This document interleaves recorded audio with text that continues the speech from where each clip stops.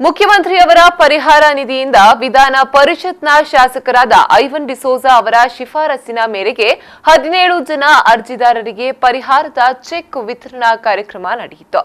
ಮಂಗಳೂರಿನ ಮಹಾನಗರ ಪಾಲಿಕೆಯ ಕಚೇರಿಯಲ್ಲಿ ಶಾಸಕರಾದ ಐವನ್ ಡಿಸೋಜಾ ಅವರು ಫಲಾನುಭವಿಗಳಿಗೆ ಚೆಕ್ ಅನ್ನು ಹಸ್ತಾಂತರಿಸಿದ್ರು. ಸುಮಾರು 9,16,695 ರೂಪಾಯಿಗಳ ಚೆಕ್ ಅನ್ನು ವಿತರಿಸಿದ್ರು. ಒಂದು ಕೊಲೆ ಪ್ರಕರಣ ದಾಖಲಾಗಿತ್ತು.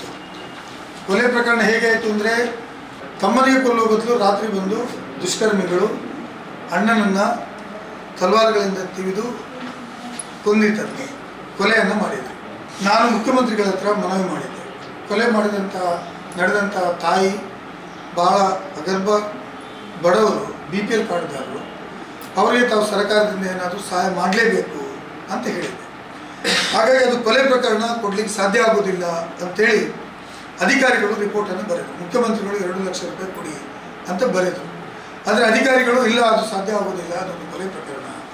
ತದನಂತರ ಈ ಪ್ರಕರಣವನ್ನು ಈಗಿನ ಮುಖ್ಯಮಂತ್ರಿಗಳ ಹತ್ರ ಕೊಂಡೋಗಿ, ನೋಡಿ ಆ ತಾಯಿ ಭಾಳ ಕಷ್ಟದಲ್ಲಿದ್ದಾರೆ, BPL ಕಾರ್ಡ್ ಇದೆ ಅವರಿಗೆ, ಅವರ ದುಡಿಯುವಂಥ ಕೈಗಳಿಗೆ ಇವತ್ತು ಒಬ್ಬರು ಕೊಲೆ ಮಾಡಿಕೊಂಡಿದ್ದಾರೆ, ನೀವೇನಾದ್ರು ಸಹಾಯ ಮಾಡಬೇಕು ಅಂಥೇಳಿ ಕೇಳಿ ಮತ್ತೊಮ್ಮೆ ಕಮಿಷನರಿಂದ ಟ್ರೂ ಫ್ಯಾಕ್ಟ್ ಏನು, ಯಾರಿಗೆ ಕೊಲ್ಲಿಗೆ ಹೋಗಿದ್ದು, ಯಾರ ಕೊಂಡದ್ದು ಅಂತ ಹೇಳೋದನ್ನು ಸರಿಯಾಗಿ ಅರ್ಥ ಮಾಡಿಸಿ ಮುಖ್ಯಮಂತ್ರಿಗಳು 2 ಲಕ್ಷ ರೂಪಾಯಿಯನ್ನು ಅವರಿಗೆ ಕೊಟ್ಟಿದ್ದಾರೆ, ಚೆಕ್